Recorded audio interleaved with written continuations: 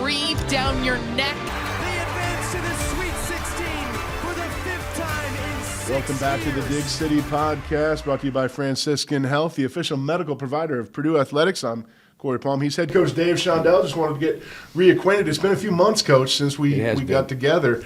Wanted to get together and, we'll talk about the spring and some of the things that have happened since the season ended, but we also don't want to glaze over just how great a year 2024 was for the Boilermakers. You guys finished 16-4 in the conference, 27-7 overall, ranked in the top 10 for basically the entire season. Another Sweet 16, your 5th Sweet 16 or better finish in the last 6 years. Just as you look back at the season as a whole, what comes to mind?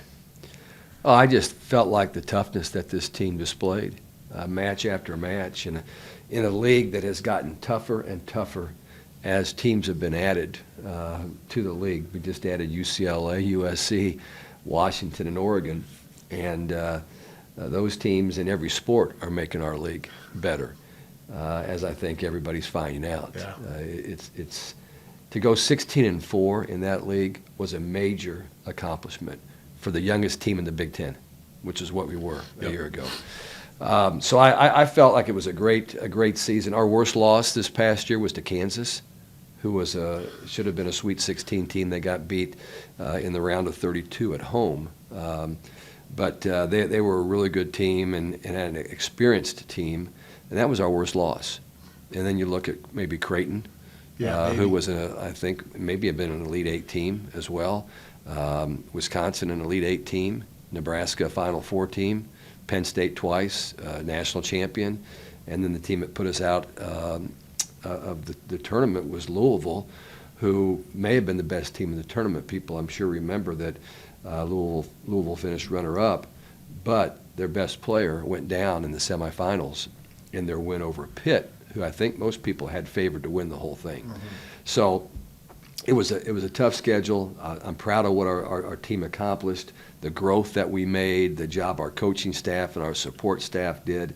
Not to mention the fact we sold out every single match that we played in here in West Lafayette. I think it must mean we had about 13 in Holloway Gym and 2 in Mackey. Mm-hmm. So it was a great year, and one I think that our fans should be proud of, and I think our university should feel really good about what these players did. So much happened last year. That it's easy to forget about the 2 sellouts in Mackey and the phenomenon that those were. Just fantastic. I think history will remember the season for those matches, but it's easy in the short term to forget about them. Well, college sports is changing very, very rapidly, and I look at what basketball is preparing to go through, where their seasons will be ending relatively soon. I guess women's basketball season is over, mm-hmm. and as soon as the season's over, you've got to figure out how many players are going to be still with you the following year. And with revenue sharing, that's about to start, which is similar to NIL, but it's not the same thing. Yep. I think it's a better solution if it does get passed by the judge through Congress. But you're having to try to save your roster, and it's not an easy thing, and it's not ideal, but it's the way of the world. So, but the problem is that you lose track of what a particular team did do, and what a great win. And we were talking before we came in, what an anomaly it was last night for men's basketball to beat a team by 25 points in our league, because it just doesn't happen. Whenever you watch a Big Ten match nowadays, it's going to be a brawl. It's going to be just a close game, and I don't know when the last time we beat anybody like that in the Big Ten. Right. But it was fun to watch. It was. And great on senior night, and Caleb first. What a great way for him to finish his home career. A guy that's been an ideal Purdue student athlete for sure, and we'll be getting married to Maddie Chin, another ideal student athlete that played volleyball for us, that is now in dental school at Ohio State. So they get married, I think, May. I want to say something like May 2nd, because I know that's on my calendar somewhere. Talk about a couple of kids that have their lives together. That's Maddie and Caleb for sure, no doubt. Well, you sort of alluded to it there. We talked about it as you were recapping the season. The additions to the Big Ten, they kind of require a recalibration of what success is and what greatness is, I think, because like you said, we didn't add, four also ran programs here, especially in volleyball. We added 4 tradition-rich, really great teams, and it just a rising tide lifts all boats, but it also raises expectations across the board. Well, it does. I mean, it raises the challenges as well. I think the competition got extremely tough, as if it wasn't already. Right. You're in the best conference in the country, at least in our sport and in several others, and then you add 4 of the best your traditional top 20 ranked teams to that. And by the way, we beat all 4 of those this past year, 2 on the road. One of the biggest wins we had was the reverse sweep at Oregon, being down 2-0 and then storming back and finding a way to win the first time we've ever played in Eugene. So a lot of great things happened, and I'm proud of every one of our players for what they did and their contributions to making that happen. And we grew a lot, and now we're back in the gym. This is what we call a non-traditional season, only 4 hours in the gym a week for about the last 5 or 6 weeks. Next week we start back on more of a normal routine where we get a lot more hours and we can do something besides try to jam as much as we can in them. In the time that they're in the gym, we can actually take time to teach and talk and motivate and encourage, and some more of those things that are really necessary today. I want to talk about the spring schedule. In the second half of the show, I want to talk about the roster and how it's come together in the last couple months. Before we get there's one big change on your staff to talk about that's also added, I imagine, a little bit of extra chaos to the offseason. I wouldn't call it chaos. Okay, good. I would say Michael Burrell, who did a tremendous job for us. Michael was a Penn State grad. He came here as a grad assistant, spent 2 years of doing that. We then added an analytics position, which he filled for a couple of years. And then when my brother John, who's now with the Indy Ignite as the assistant coach for that pro franchise, when he left, we slid Michael into that assistant coaching position. He had a unique opportunity to go from, on paper, what's a third assistant to a first assistant in another Autonomy 4 conference school, Mississippi State. One you just can't turn down. So we encouraged him to jump on that, and he's been down there now for a couple weeks, and things are going great. So we're interviewing candidates right now. We had one in yesterday. We'll have another one in tomorrow, and another on Monday, and hopefully by middle of next week we'll know who our next coach will be at Purdue. Okay, I got to be honest. When volleyball is over, I get my head down working on other sports, and I learned about Michael's departure on social media, and I immediately fired off a few texts like, "What in the world's going on?" And then I was quickly reassured. No, this is all good. It's a great move for him. Open communication the whole way, and you always love when that's the case, and it's not a situation where somebody. No, it was a situation where he really, I was really blown away by what the offer was, and so he needed to take that. And he's a really aggressive human being and great confidence in himself, and he'll be ready to step in there. And they were looking for somebody that basically was exactly who he is. Had the analytics background, but also some training background. Came out of a Big Ten institution that had success, and so. Mississippi State got a really good coach there. Well, wish nothing but the best for Michael going forward, and it'd be fun to see them. And we're going to have a good coach. Yeah. We're going to find a good no doubt. All 3 of the candidates that we've got, providing we get one of those 3, will all be tremendous in our gym. And that's what I'm looking for, right? I'm looking for somebody that can coach the sport of volleyball and teach the game, encourage people, motivate, be very non-threatening in our gym, and also has connections in whether it's in a particular part of the country or with certain people, that it will help us with our recruiting. The total package, no doubt.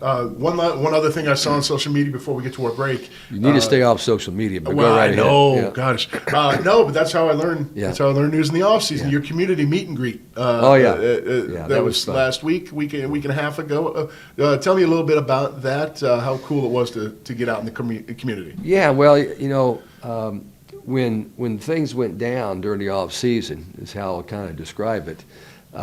We were all a little shell shocked, not just our team, but our fans. I knew there was a little bit of a buzz out there. I didn't know that many people paid attention to Purdue volleyball until that happened.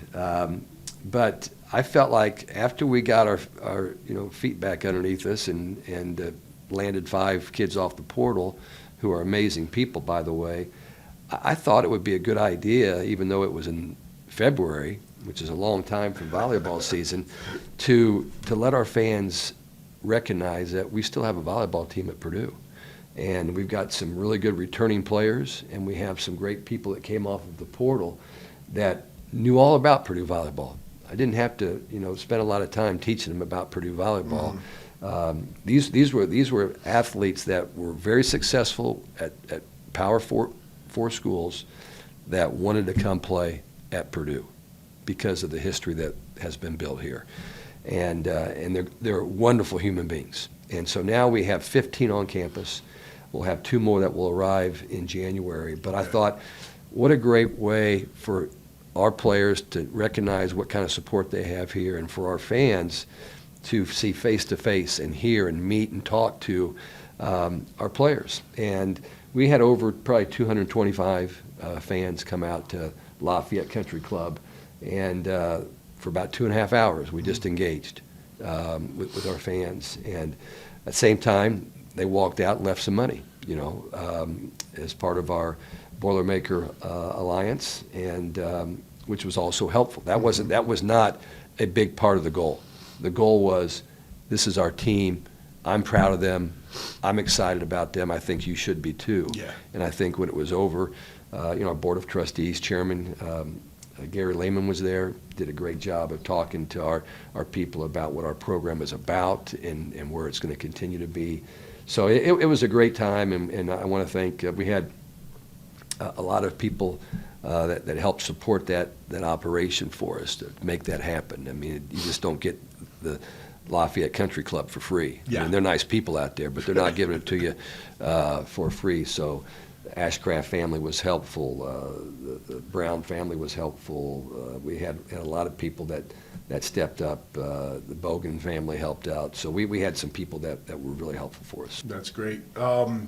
You've alluded to the fresh faces who came here knowing about Purdue volleyball. Let's take a break. We'll come back and talk about them specifically right here on Dig City. Sounds good. The Dig City podcast is brought to you by Franciscan Health, the official medical provider of Purdue Athletics. At Franciscan, we are inspiring health. Now back to the show. So spring practice has started back up a little bit, starts more in earnest next week. Coach, a lot of fresh faces. I'm glad to hear so many of them are on campus already. That's fantastic that you can work together with 15 of your 17 players is great for the spring. Tell us a little bit about the New Look Boilermakers. Well, as you mentioned, to have them, so many of them already here, saved the day, like Mighty Mouse. Okay, saved the day. But we have 5 transfers, and 4 of them committed to us in 2 days. So, the season ended. We had some girls go on the portal. I was in hibernation for 2 days, okay, snapped out of it and got on the phone. Mm-hmm. And in doing so, we were able to get 4 additional players. We had Lindsay Miller already in the works from USC, who's a tremendous middle hitter. Lindsay's about 6'3" and a half. Started at Notre Dame, played 2 years there as a starter. Their coach left. She went to USC, had a really good year as a junior. This last year had some academic conflicts with their schedule, which is weird, to be honest with you. Yeah. But good for us. Weird in a good way, I guess. Says something about her, So too. she redshirted this past year. And then they thought they had a loaded roster of middles. Ended up, 2 of them hit the portal for them. But we already had Lindsay committed here. But just a great human being out of San Diego, California. And she's going to be a great player for us. Good leader, hard worker, quick as a cat, and already paying off in big dividends for us so far. And then we had Cash Anderson, who played at Michigan State, started at Auburn, played 2 years at Auburn, then went to Michigan State, and then their coach left, and she went on the portal. And we knew she was a proven commodity in the Big Ten. She's going to have a little bit of off-season work done, shoulder work done, so she probably won't play in our 4 spring matches, but should be back ready to go in August to help us out. But just a real vivacious kid, lots of energy, lots of toughness. Another Big Ten transfer from Iowa, Natalie Moravec. Interesting story about Natalie. She's from Connecticut, which is not a big volleyball state, to be honest. Not a big state, period, if you look at geography. And she went to BYU as a freshman and redshirted, then transferred to Iowa, started every match, played about every single point, and then went on the portal, but it was after the portal closed in the spring, but was denied the opportunity to come back to Iowa, which is somewhat understandable, Yeah. okay? And so she couldn't play anywhere in Division I a year ago. So she went over and trained. Her mom is from China, and she trained with the top club in China for a couple months. That's kind of what she did during the fall volleyball season. And then I recalled I had gotten something from her earlier in the season about her, wanting a place to play. And luckily my mind worked a little bit at that point. And so we got a hold of her, and she couldn't wait to come to Purdue. Outside hitter, about 6'2", 6 rotation player. We hope she's going to be that kind of an athlete for us. Bianca Lulick was from Miami of Florida, redshirted as a freshman. She's going to remind some of our people of Lizzie Carr. Okay. She's 6'5". I think she's a little more fluid than Lizzie. Lizzie might be a little taller, a little stronger, but this kid's going to be a great player. Yeah. She's also got good speed, got a good arm, wants to be in the gym all the time, wants to watch tape all the time. Started from Miami, Florida most of the season as a redshirt freshman this past year. Dior Charles is another middle. So we had 3 middles that came in, and we need every one of them. And Dior Charles is a kind of a Raven Colvin type of an athlete that jumps out of the gym. She's quick. She's not huge. 6'4" and 6'5". The other 2 middles, she's about 6 foot. Okay. But she flies. A great natural blocker. Blocking, I think, is her strength. And just really, really pleased with her. So if I've got it right, did I list 5 people? Yep. Okay, so those are the 5 transfers that are coming in. The other 2 people we have that arrived early as freshmen, Addie Tyndall out of Homestead High School, played with Munciana volleyball, 6'3", thunders the ball. Going to be a great player here at Purdue. And then the other freshman that is in early is Morgan Williams. Willie Fells was a linebacker here at Purdue. He's the stepfather of this Morgan Williams, and that doesn't happen if Willie doesn't reach out to us at the right time. And she's 6'3", good athlete, further along than we expected. Good. Comes out of Enterprise, Alabama, and is behind the curve still a little bit, but she's only 17 years old, and she's on a college campus, but working really hard, making a lot of progress. So 7 new players to go with the 8 returners that we have, and then 2 more will come in June. And that is one thing I sort of misspoke, and I think it's common misconception that, well, it's a brand new team. It kind of is. There's a lot of fresh blood, but you've still got Kenna Woolard and Grace Heaney and Maya McAleer. You still got Taylor Anderson, a veteran setter at this point, running a system that she's very familiar with, get more comfortable with the hitters at this point. But there's a lot of great parts carrying forward to meet with the new blood. Yeah, biggest reason I couldn't wait to get back and jump into things was that we had these 8 players, loyal players that wanted to come back and make something happen at Purdue. And that was a real driving force to get out and get working to make this thing, turn it right back into the kind of program that we need it to be. But our setting, excuse the expression, is in good hands. Yeah. Okay, Taylor Anderson is one of the best setters in the country. Everybody knows that. Okay, she is expanding her abilities. She's expanding her leadership. And then we have Allie Shondell, who is pushing her right now. Okay, Allie Shondell was one of the highest ranked setters in her class. And I need both of them to assert themselves more. We have to have leadership. We have to have people that are taking control of their position and this team. I need them to do more. And I think that they will. But it's important. I mean, if they don't do more, we're in trouble. Right. Okay, they've got to lead and assert themselves and build this team just like what coaches are trying to do. That's what setters need to do. So really in good shape with 2 high-level setters, not to mention Isabel Barton, who is a 6'3" setter coming in June. That is an absolute monster of a setter. Just a great player. We just a steal to get her out of Washington, D.C. But you talked about Grace Heaney, who did not play a year ago, and I hope everybody forgot about her. Okay, because she is brought a lot of energy, a lot of intensity into our gym already. She's full go. She had some shoulder work done and missed the entire season. But, man, it's great to have her back in the gym. She's a special human being, and it's nice to have her. You mentioned Kenna Woolard, played right side, not even her position. Yep. That's where she played the last 2 years, was the right side. And just a real quick story about her was that she had committed soon after her, or before her junior year, committed to Purdue as a left side hitter and had great opportunity to come in here and play early in her career as a left side hitter. Then some players that had committed elsewhere switched gears and came to Purdue. Right. And that kept her from playing left, but it didn't prevent her from playing right. So she had to kind of learn that spot, and she did a great job, I thought, for us last year. Was kind of held that spot down most of the entire season. Now she goes back to the left, and she's loving it, and doing a great job. There's nothing Kenna Woolard can't do in this sport. I mean, I've told her that for years, and now I think she's starting to believe me. But she's going to have to. She needs to be a 6 rotation player for us. She's going to have to pass. She's going to have to defend. She's going to have to serve. Have to do all those things, and she can do every one of them. Every single one of them she can do.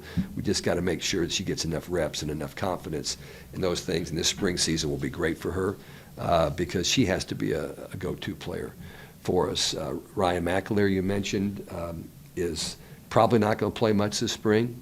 She looks great, but she had some off-season surgery done, and but she looks really, really good, and she's doing a few things right now. But I don't know if we'll have enough time before the spring season ends to get her on the court in any of those matches. But she's going to be a huge player for us. Julia Kane has stepped up gigantically because she will be our libero this season, which is great. She may not be our libero next fall. Right. Might be, okay, but she may not be. But to get all those reps that she's going to get will allow her to be so much better if she's playing right back or going in from an outside hit or some playing middle back, whatever it might be. Most improved player we've had right now has been Rachel Williams. Okay. Rachel's a backcourt player, redshirted her freshman year, played sparingly, mostly served this past year. She's made a huge jump. And here's why she's made a big jump, Corey. She's in the gym more than anybody else that we have on our team. Okay? Hardly played last year. Yeah. But she's in the gym more than anybody else on our team. She is not okay with her minutes. Right. She and wants more. So it's just great to see that kind of assertive leadership. Yeah. Sienna Foster redshirted last year, so people didn't get a chance to watch her play. I've got high expectations for her, and I've made it real clear with her. I'm going to be riding her all season, just verbally, to make sure that she is making progress, because I think that she has a lot to give to this team, and we're going to need to make sure that she's doing it. I'm looking at the list, and I don't think I've forgotten anybody, but I normally do, and I apologize if I did. But it's 15 in the gym, 2 of them are not practicing right now. There'll be another one that will not be practicing after maybe next week because she has some work to do with the doctors. But at the end of the day, rest for some of these people who have been going at it for a while is not a bad thing. And it's allowing some of our younger players to get more time in the gym and more time on the floor. Let's talk about that spring schedule you've alluded to a couple times. 5 matches, 3 of them at home, the first 3 at home. You've got Butler, Miami, and Loyola coming to Holloway. You play Vanderbilt down at Fishers, and then wrap things up in Muncie against the Cardinals from Ball State. We like to call that Funcy. Funcy. Well, you're allowed to. You're from there. No, I think it's a nice schedule for Yeah. us. I don't think we played anybody at home last spring because we went to the high schools, which was a great tour that we had last year. But this year, I don't think we're going to anybody's high school to play this year. It's a little bit different. But my son Kyle at Butler, an improving program, they'll be up here for our first match on March 26th, right after spring break. Yep. Then we practice Monday, Tuesday, and then we'll play the Bulldogs here. And then April 5th, it says we got 2 matches. I got Miami of Ohio out of the MAC, and we've got that Loyola Chicago team that lit up BYU here in the NCAA tournament. So they'll be in here for some competition. And then the following Saturday, we go down to the Fishers Event Center, which is where the Indy Ignite play, and we'll play Vanderbilt, which is the first time they've had a team. I don't think they ever had a team. That's amazing. And now they joined the SEC, which is a great conference, and their staff has been working 2 years to build that program. Anders Nelson, who played at Ball State University, is the head coach there. He was an assistant for Craig Skinner for a long time at Kentucky. And we'll see Vanderbilt and then finish things up with a trip to Ball State. Kelly Miller, an alumni here, great player, helped build this program. He's done a great job at Ball State, and always great to go back to Muncie. So that's the 4 dates. Looks like 5 matches and 4 dates. Yep. And like you said, it'll be great to get reps. It'll be great to get some situational volleyball against somebody else, which is always, good for spring. You work on that in-match cohesion. You work on, who can do what, who needs what, and get a good scouting report for yourself. And we wanted to play more this year because we thought we had a roster of about 15 people, where that's going to be down to 12 now with some of the injuries. And it's not unusual. I don't want our fans to get nervous about it. Nothing unusual during the off season for your people to take care of some overuse injuries or whatever they might be. We hope that there's not any more. But I think the schedule is going to be really good for us. And cohesion's a big part of what we're doing.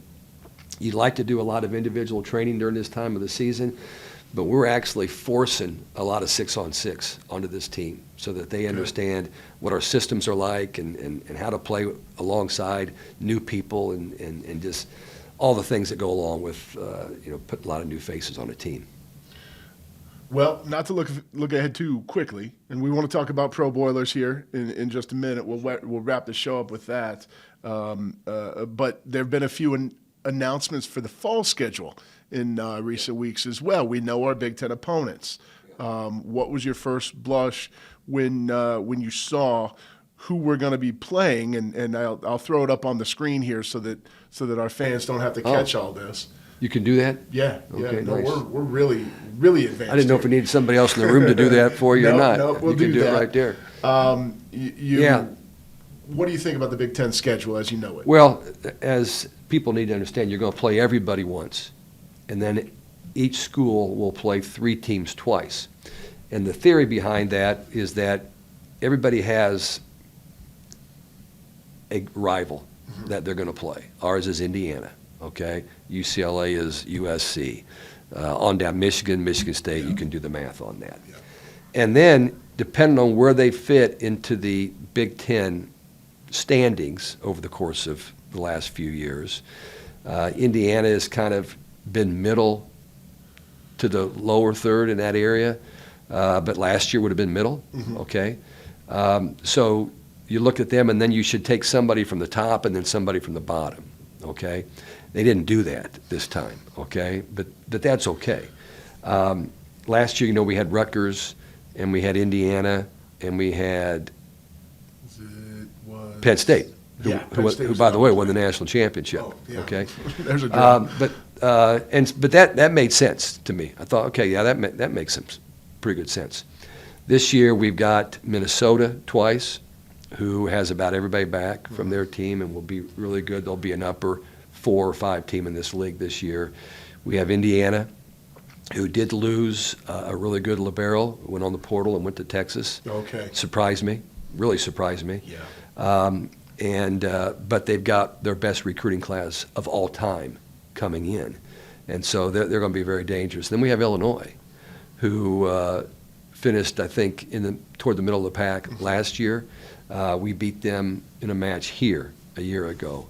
I think we swept them. But they've got a player that didn't play last year back, so they're going to be in the middle of the pack. Yep. So I'm still looking for that team from the lower part that we're supposed to be playing, but they're not there.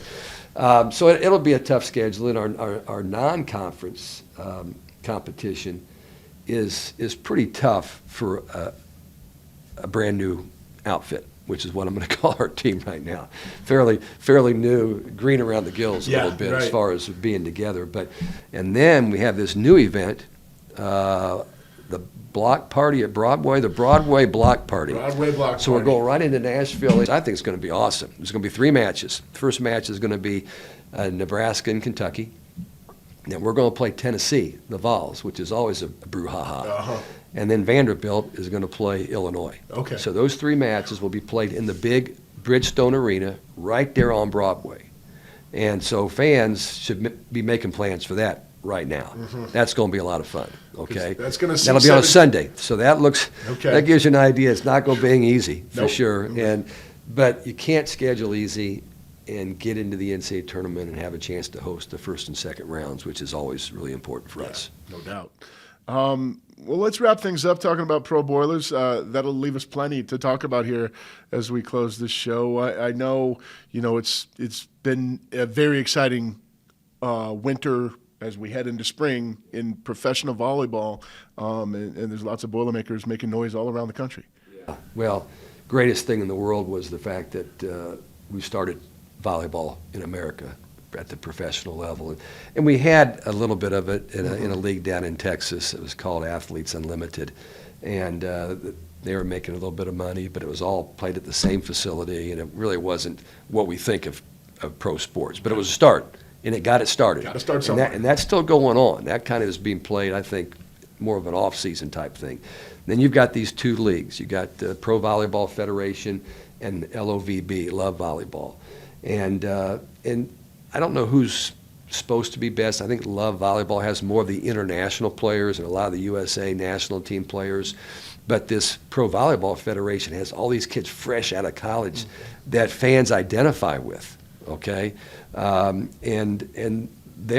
This Indy Ignite has just done a remarkable job of filling their venue. Fisher's Event Center holds about 7,000 people, and they're getting great crowds, and they're putting on a tremendous show down there. And every fan I've talked to that's been down there has just loved their experience there. So we got 2 players down there playing with Indy Ignite, and that's Blake Moeller and Grace Cleveland. And Blake started most of the season. She's kind of been out of the lineup here lately. Grace is a backup right side, but having a ball. They're both having a ball playing down there at Indy Ignite. Then up at Grand Rapids, we have Raven Colvin, who's starting to get a lot more playing time up there, and then Jenna Otek playing libero. Been on and off their playing roster. Sometimes she's on the practice squad, but I think she's back on the roster right now up there. So those people are all playing in the Pro Volleyball Federation. Then Love Volleyball, which is also in this country, up in Madison, we got Annie Drews. I don't know why she's in Madison. I think she should be probably playing in Indianapolis, and maybe we can get that to happen sooner than later. And same thing with Danielle Katina, who's in Atlanta. Okay. And both are playing really well right now. Annie was having some shoulder issues and having a hard time really getting enough pop on the ball until lately, but had a great couple matches this past week. Katina was just putting on a show. I got a chance to watch both of them when I was in Kansas City for a big club tournament out there, Triple Crown Club tournament. I got a chance to watch both of our girls play, and it was fun. It was fun to watch them play in that environment. And then over in Europe, you've got Sheridan Atkinson, who started out with Grand Rapids here, Right. and then went back to her club she was with last year in Athens, Greece. Not a bad move. Grand Rapids, Athens, Greece. Yeah. You figure that one out. But she's making a lot more money over there, and she's back there. Emma Ellis is having a really good. I think she's in Sweden. I'm just going to say Sweden. You can look that one up if you want to. But she had 17 kills the other night in the match, so I'm happy for her. Ashley Evans playing on one of the best clubs in the world right now, setting for them, doing a great job. And Hannah Clayton is also over maybe Netherlands, some beautiful country over there. I wish I knew exactly what it was. But we got about 11 girls playing professional volleyball right now, and all of them really enjoying it. And I don't think Annie Drews was thinking about retiring, but I think the fact that we have these leagues now in our country where it makes it more convenient for her family and obviously her friends, and mostly importantly herself, I think she'll stick with it a little bit longer. Such a great thing for these ladies to be able to continue their career, make pretty good money, and, Yeah, and they're continue doing to fine. do the thing that they love. Yeah, You know, yeah. play. I just think it's hard to hang that up when, Yes. when the people are handing you that kind of a paycheck. And it helps keep you in shape. And I mean, I know there's other things that they want to do in their lives. For sure. And so at some point in time, the rubber's going to hit the road there. But I'm excited we got that many there, and we got a lot of people. All the people in our gym right now are training to hopefully be in those shoes at some point in time. And when it's right in front of you, like it is now in America, it changes the perspective of a lot of these players. Not just the college level, Yeah. but all these millions that are playing club and high school volleyball right now. Now they're seeing it up close and personal, and it really changes, which is another reason volleyball is just blowing up. There's nothing like a 12-year-old girl having a role model. Yeah. And being able to say, okay, I can be a doctor, I can be a lawyer, I can be a professional volleyball player. Yeah. These are attainable goals. Yeah. Speaking of pro volleyball, you got a turn. Yeah. At the pro Yeah, how league about that? not that long ago. Got to be the guest host for the All-Star game for the Yeah. Pro Volleyball Federation. Talk about that experience. It was fun. It was fun. I'm always amazed when some of our players will come back and talk to our team, how much they mature in those 2, 3, 4 years after graduation. It's like you're talking to somebody you've never met before. Yeah. And so I got a chance to coach one of the All-Star teams, first ever professional All-Star match in this country. So it was a real honor for me. I was thrilled to do it, and of course we won. We swept the other squad, which was nice in front of a full house right here in Indianapolis. But All coaching. I was so amazed by the athletes and how they handled themselves and how they coached themselves, and didn't care about whether they were playing all the time or not. It was an all-star game, all right? But they played with great focus and intensity. And you mentioned Jalen Rose off the air. Jalen Rose was there as kind of the superstar to do a lot with the crowd. And we talked before, loud on the mic in house there. And I gave him a hard time about the fact I think you're going to see more intensity in this All-Star game than what you see in the NBA event, which is kind of a joke anymore.